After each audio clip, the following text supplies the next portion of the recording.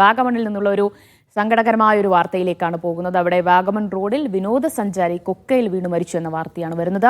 എറണാകുളം സ്വദേശി തോബിയാസ് ആണ് മരിച്ചത്. വാഗമൺ റോഡിലെ ചാത്തൻപാറയിൽ ഇറങ്ങുന്നതിനിടെ കാൽ വഴുതി കൊക്കയിൽ വീഴുകയാണ് ഉണ്ടായത്. മൂലമറ്റം തൊടുപുഴ അഗ്നിശമന സേനയെത്തി മൃതദേഹം പുറത്തെടുത്തു. വിവരങ്ങൾ മുഹമ്മദ് ആഷിഖ് നൽകും. ആഷിഖ്, എപ്പോഴായിരുന്നു ഈ ദാരുണ സംഭവം ഉണ്ടായത്? എങ്ങനെയാണ് ഇദ്ദേഹം അപകടത്തിൽപ്പെട്ടത്?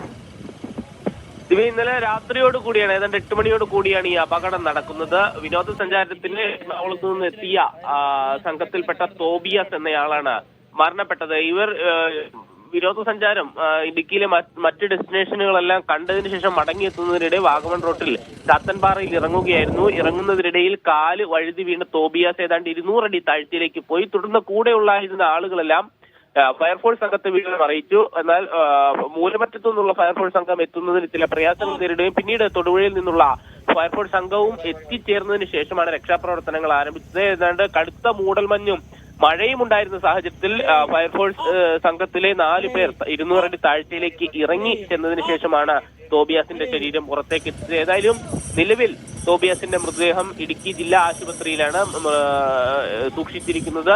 പോസ്റ്റ്മോർട്ടം അടക്കമുള്ള നടപടികൾക്ക് ശേഷം മൃതദേഹം ബന്ധുക്കൾക്ക് വിട്ടു നൽകാനാണ് ഈ ഘട്ടത്തിൽ ആലോചിക്കുന്നത്. ദിവ്യ. യെസ് ആഷിഖ്, അതിശക്തമായ മഴയാണോ ഇടുക്കി വാഗമൺ മേഖലയിലൊക്കെ?